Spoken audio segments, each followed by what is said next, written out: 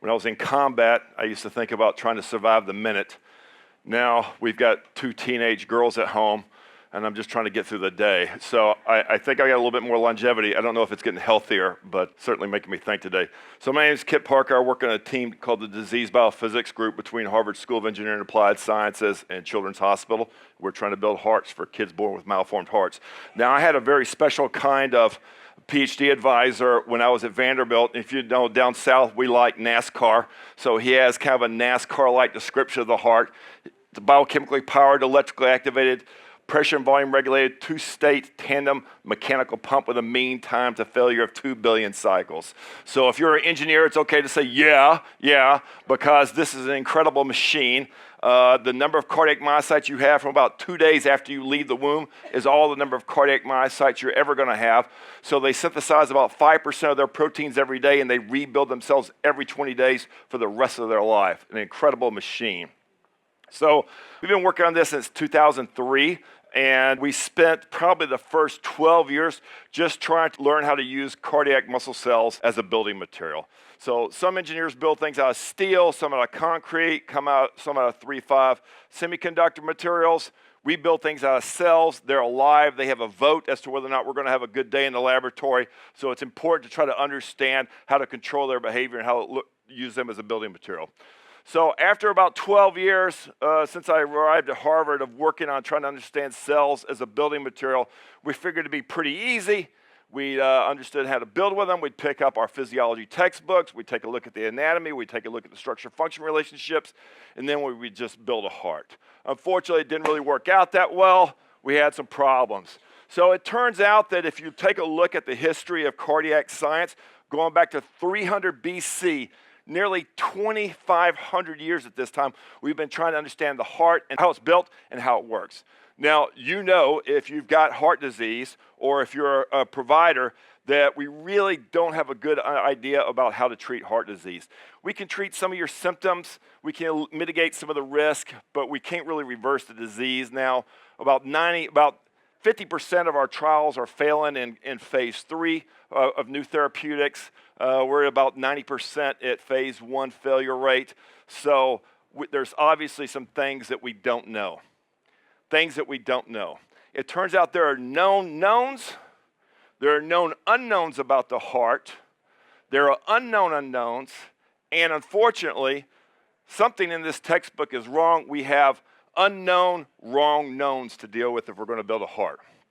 So our group's having to go back and just pry open the heart and revisit a field that really died off in the late 80s, early 90s, anatomy. When we went to a reductionist approach to understand the heart, we went to molecular biology. Departments of anatomy closed across the country, most medical schools. There's a few of them still open. They didn't get the reductionist memo. But trying to understand how the heart is built, revisiting some of these things that we found in our beloved textbooks and asking if they were true is a big part of what we've been doing. Because I wasn't able to use that textbook as a blueprint. It turns out that along the way, trying to understand the heart, things that early investigators made assumptions about, over time drifted into the category of facts. So now when we take a look at our textbook, some of the therapeutics that are failing in clinical trials are based on perfectly good scientific assumptions, not necessarily scientific facts. So we've tried to start understanding the basic anatomy of the heart. Now the heart has a modular design. We think about it as one single organ, but it's 4 different muscular pumps, 4 different muscular chambers. It's got valves, it's got vasculature, it's innervated, there's some neurons, there's all different kinds of pieces. So we've started thinking about taking a modular approach to building a heart for a child. Now what we're interested in is those children, about 40,000 a year that are born in the US with malformed hearts. They need some kind of surgery. Sometimes it's a transplant if a transplant's available. More than likely, the first heart we build will be a heterotopic heart transplant where we piggyback what we've built onto their existing heart until we can get a regular donor heart. A lot of times these children have surgeries throughout the course of their life to do corrections. So if you take a look at the common architectural theme in all biological tissues, These cells like to live on nanofiber scaffolds. You know it as collagen, elastin, fibronectin. That's the extracellular matrix network that holds together the structural integrity of an organ and also coordinates the action of these cells in both space and time. So we went back when we started thinking about how are we going to build this thing. Let's focus on developing manufacturing technologies to build these fiber scaffolds, these extracellular matrix scaffolds, and then we will enslave the self-organizational and self-assembly processes of the cell in order to help it build the tissue in the organ.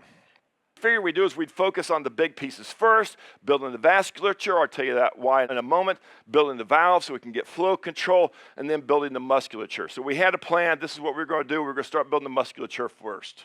We had a change in plans when my daughter was born because she had a little bit of a murmur. I went back, I took a look at the medical literature, and I'm like, hell, I'm going to have to build this kid a valve. So it turns out that heart valves for kids are really complicated.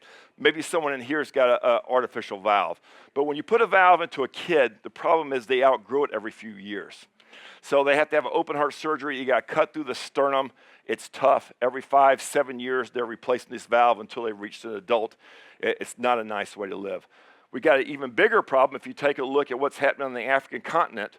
More people are dying of heart valve disease because of rheumatic fever, strep infections, than HIV and AIDS right now. It turns out that your immune system will attack your heart valves when you have a strep infection. That's why we test you for a strep as soon as you go into the doctor with a sore throat these days. So anyway, we figured we had to use a valve. Now, several years ago, when I got back from my first tour overseas, I'd seen a very unfortunate incident where a child got burned, and I had this idea about, hey, maybe we can make burn dressings with extracellular matrix proteins so we can close the wound faster, reduce the incidence of infection, and not have the aesthetic issues that these children were having. But I had this idea that we could do this with a cotton candy machine. The whole idea that instead of spurting out a whole bunch of sugar that turns into a fibril, we could spin out all these proteins out of the nozzle. They'd form fibrillogenesis. You could put them down on the wound. Cells would migrate up onto the scaffold, close the wound, and if you built it out of just the right proteins, you could also reduce the incidence of infection. So we had this idea, let's see if we can adapt this cotton candy machine we'd made to make wound dressings to make heart valves. So then we took this cotton candy machine, you can see how this thing is spinning right here. We could take these mandrels for a heart valve, these leaflets, and we could spin these fibers onto the valve, and we could make a valve in about 10 minutes.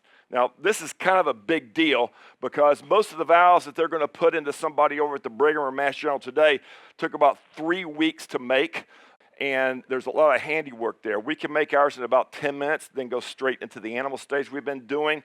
So the whole idea of doing customized device manufacturing in the OR right next to the patient, the technology is there. The question is the regulatory terrain.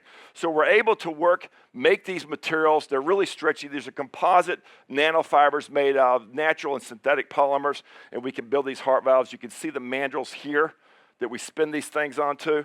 We can make these heart valves. Now, the great thing about these heart valves, something unique about them, is you'll notice they're kind of flimsy. They're not yet in the stent. We can collapse these things up. We can bring them up through the femoral artery, put them into the kid's chest. You don't have to cut through the sternum. Don't have that unattractive scar that a teenage girl don't want to have when they're going to the beach. We thought it was pretty cool. We can take these valves, we can put them in a pulse duplicator. These things have to work for over 2 billion cycles. So we do repetitive mechanical testing of these things over and over and over again to make sure these things are going to hold up. Put them into an animal, see the leaflets right here, and they work just fine. Now, the great thing about these, now you're saying, hey, people get valves all the time. What's different about these valves is we're building them with a blend of natural polymers, i.e. extracellular matrix proteins. So it's designed to grow with the patient. The idea is the patient cells are going to crawl up into the valve. They degrade some of these proteins. They use some of them as a scaffold, and they rebuild the valve. And that's where we're going. So now we're starting to move into the long-term animal studies over at Children's Hospital. So we feel like we got a valve design. My daughter's murmur subsided on its own, and she's very happy about that because she didn't want any of her daddy's stuff in her chest. Anyway, next thing is the vasculature. So the heart is a metabolically very expensive organ to maintain. It eats about 10% of the oxygen and nutrients that come through your heart on every cardiac cycle. So it's got its own intramural vasculature in order to feed itself. It burns a lot of oxygen. So we applied the same principle. Now what we're doing is we're just, on our crudest system that we have for these, it's called a focused rotary jet spinning. Now what we're doing is we're spinning, we have a mandrel there, we turn the cotton candy machine sideways. Turned out we had a hair dryer at my house that no one was using anymore. We blow the fibers onto the mandrel and we can build a scaffold for a blood vessel. So in this case, what we're going to do is we put this in acellular, and that's important. Sometimes even for adults, you're having bypass or there's an injury where you've got to restore circulation to prevent amputation. We can build a vasculature here. We can put it in there. Blood flow comes through there, carries the cells, it endothelializes the cell. In other words, its own cells come in there and reconstructs the walls of the vasculature. We can build the really complicated branch structures that go into the vascular network, and we can put these things into an animal in our earliest test, and they all work just fine. So here's the vascular graft we made off of this cotton candy machine with a hair dryer. Take the clamps off after the surgeon secured it into the blood vessel. Got to squeeze that blood vessel, so you got to pop that thing open. Blood flow through it. We can keep this thing in there for months. We've maintained a patent lumen. Now we're starting to move to more complicated vascular architectures and trees that we put in there into animals. The idea is that every modular component, we run a separate study. So each modular component of the heart is its own product for patient care, but we test them into the animal before we put them into the whole heart that we're going to build.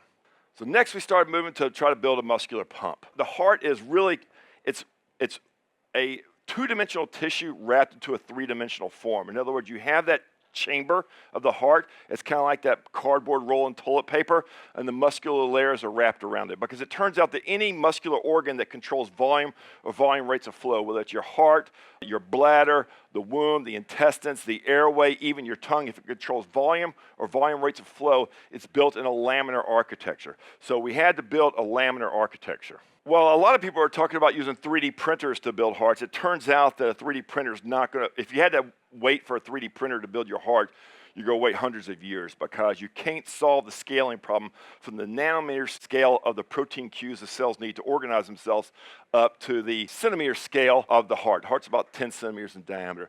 So we started working on various techniques. We started trying to improve 3D printing so we could do this. We developed focused rotary jet spinning. The whole idea is we put these cardiac cells onto these nanofibers. They're going to form a syncytium, wrap around the heart, and they're going to beat. Now, we've been successful in building small ventricular-like structures. This thing's beating. Blood flows in. We built this ventricle. It's pumping blood. Now, this is a very small amount of blood. It doesn't have the kind of musculature required to, it's like roughly 2 or 3 cell layers thick, so it's not as thick as your heart. Your heart's a really thick wall in the left ventricle because it's got to pump blood through the whole body, so there's a lot of resistance. So we spent a lot of time building these ventricles and felt like we were a little bit successful, but we weren't all the way successful. The reason is the heart has to be built not like a roll of toilet paper. It can't be wrapped circumferentially. It's got to be wrapped helically. Now, I got a little demo here, and Heather and I spent some time last night at the house blowing up balloons because I was going to pass them out into the crowd and let's do a demo. But you know, balloons are a choking risk. We're talking about longevity. I didn't want any of you to try to win a Darwin Award out there today, so I'm going to keep it myself, just for safety's sake. So if I have a circumferentially shaped heart, wrapped heart, pretend my fingers are wrapped circumferentially, when I squeeze, the blood's not always going to come out the top. But the heart's built in a helical manner, so it squeezes from the bottom up. That's the way you get your best ejection fraction. There's about a dozen groups around the world right now that are trying to build a heart. And majority of them are using 3D printing. 3D printing, it's very hard to build these fiber scaffolds on an angle. So the idea was, let's see if we can turn our little mandrel where we put a ventricle sideways, blow these things at an angle. And what we found was, once we built these things in a helical fashion, we could get a lot more stroke volume with this thing.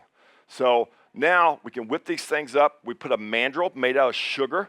That's the target. We wrap the fibers around the mandrel, and then we dissolve out the sugar after we built this and then seed the cells. We can move on. We've been working on building 4-chamber hearts. So that's a scaffold that was built with focused rotary jet spinning. And it's a little bit stiffer than that. We made it a little bit stiffer so that folks could handle it, but usually they're going to be pretty soft. So that's where we are in terms of building a 4-chamber heart. We're moving in that direction. So the whole idea is that someday in the not too distant future, different parts of this modular heart are going to be available to patients in the wards, in the hospital. Now, the vascular grafts, the tri-leaflet valves, and the patches for when you might have a myocardium, those are applicable, obviously, to an adult. But what we're really going for is those 40,000 kids that are born with malformed hearts every year. Thanks for your attention. Appreciate it.